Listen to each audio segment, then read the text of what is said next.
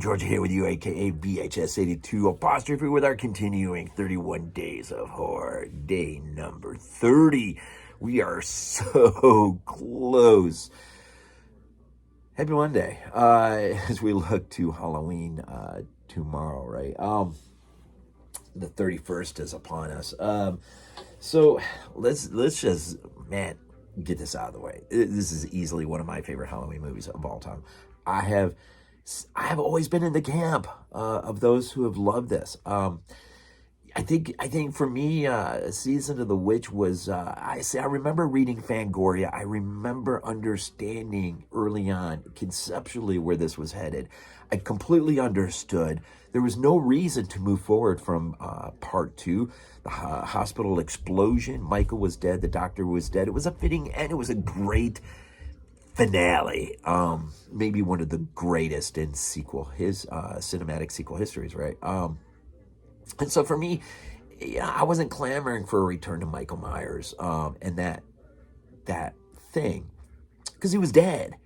I mean, when you watch Halloween 2, it's quite obvious. It like the new Loomis in zombies films. He's dead, or D-E-A-D, dead, however it is he says it. Gotta love Malcolm McDowell. Maybe not no Donald Pleasance, but he was good as Loomis. So I was never really in that camp. I celebrate the return of Michael Myers? Sure, why not? Everyone did, right? But come on, be serious. You look at his scarring, Loomis's scarring, and the fact that Michael's even alive is the mother of all leaps when you watch the end of 2. So, 3 has always been with me. Got this German release, so freaking cool. Look at this.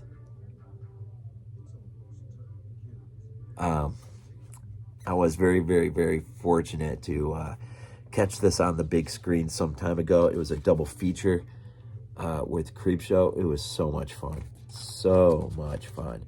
And my love for this movie was probably cemented that day when I saw it on the big screen. God, you gotta love that. So cool. So freaking cool. And before I forget, I should have mentioned this yesterday, but since we're in a 3-day stretch of Halloween, I did put the link to the 22 Shots of Moodz and Horror podcast for the Halloween franchise. I highly suggest, if you've never heard it, never heard much of Halloween podcasting in terms of the movies, reviewing all the movies, I've been revisiting selectively some of the shows. The link is down there below. It's definitely worth checking out. I think it runs from the first film right up to Zombies H2, I think. So it's back. It's like episode 29 or 28, 29. And there's like 240 some episodes now. So I mean, it's back in the early days. Back in the prime, right, of Moodz and JP and Jeremy. Back in the prime of those. Anyways, a few things to consider about Season of the Witch here, 1982. And I haven't been saying this recently, but this one runs 1 hour and 38 minutes. Tommy Lee Wallace, of course, is its director. You might not know, but he directed the TV version for It in 1990. Also directed Fright Night Part 2. He was also contributing writer on Amityville 2: The Possession with my favorite Dardano Sacchetti, maybe the greatest Italian horror screenwriter there was, is evermore. Also, he was the writer on the 12 Days of Terror, that TV film about the famous New Jersey shark attacks. So he's worked quite a bit. Of course, here in Season of the Witch, Tom Atkins, of course, is our lead, right? Daniel Hurley is our main antagonist, the Warlock. Dick Warlock is here, as well as Stacy Neekin, I think. Makeup, Thomas R. Berman, known for My Bloody Valentine, Happy Birthday to Me, The Beast Within, The Goonies, Prophecy from '79.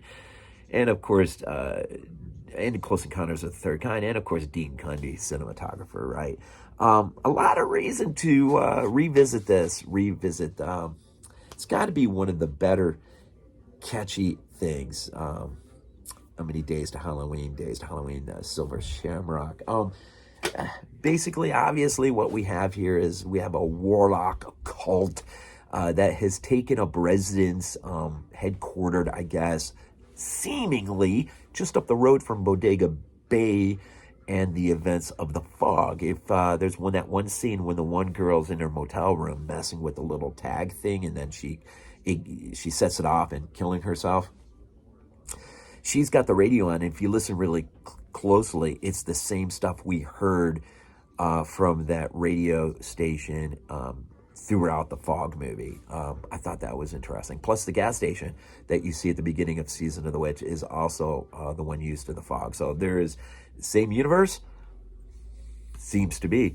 So Tom Atkins is a doctor, divorced, or separated, and he gets brought into this conspiracy. We see at the beginning this guy who's running for his life, being chased down by someone.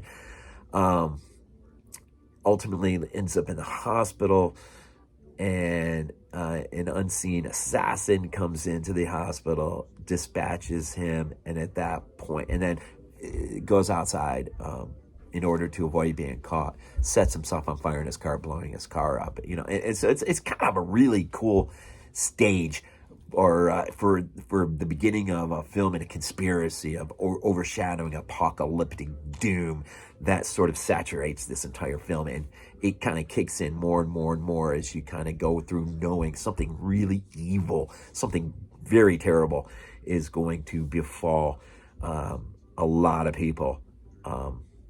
Halloween night at 9 o'clock. Those who tune in to the running TV commercial who have got the masks on, this is all part of some sort of Sam Hain cultic witchery sort of stuff going on. Mass sacrifice in order to bring about something. I was watching it last night. I was really trying to pay attention towards the end, and I was just getting minorly distracted by something. And I can't remember if Daniel Hurley, I know he explains a lot of what is the intended motive of him and his mask-making factory and whatnot, but to what absolute end? I mean, what will happen when these sacrifices take place? I can't remember. If you do, drop it down in the link, drop it down in the comments. I don't know. It's interesting. But Daniel Hurley is freaking awesome. Tom Atkins is freaking awesome in this thing. The concluding moments of this movie might be the best of the Halloween movies, or at least it stands with the best of the Halloween movies. Him frantically on the phone trying to get these channels, TV channels, shut down in order to save these kids, is one of the great moments in Halloween history. It's just great, man. Tom freaking Atkins. A lot of neat things. The mask-making factory, this creepy town it is in, of course, manned by cameras everywhere, so you can't even breathe without someone knowing. It just, I don't know, man. Carpenter and Howarth on the score. The cinematography is freaking so, and to see it on the big screen like it did was so freaking awesome. But this is, I was thinking back when we thought A24 was going to get the rights to this Halloween franchise, knowing A24, how great would it have been? And again, I say this a lot, I'm not one for remakes, but how awesome would it have been to see this film be remade, and really fleshed out even more a little bit, but have it to be the beginning point of what is always meant to be a new anthology piece every Halloween. And with A24, loving to bring in new directors. What an awesome opportunity to have a new director come in and do a film as it was originally meant to be. But it just never caught. And so, you know, we had the return of Michael Myers and the unbelievable leap in fantasy in terms of the hospital exploding and in the end of what we have here. This movie is hated way too much. I mean, I think it's gained its cult following over the years, much like Friday the 13th Part 5, Nightmare on Elm Street 2. Some of the ones that we might have grown up a little confused by or made angry by. This one, not me, never. I've always enjoyed this one. I think it just worked for me, and I guess I just understood it didn't make sense to move from the end of Part 2. In light of its ending. It just didn't make sense. Kind of like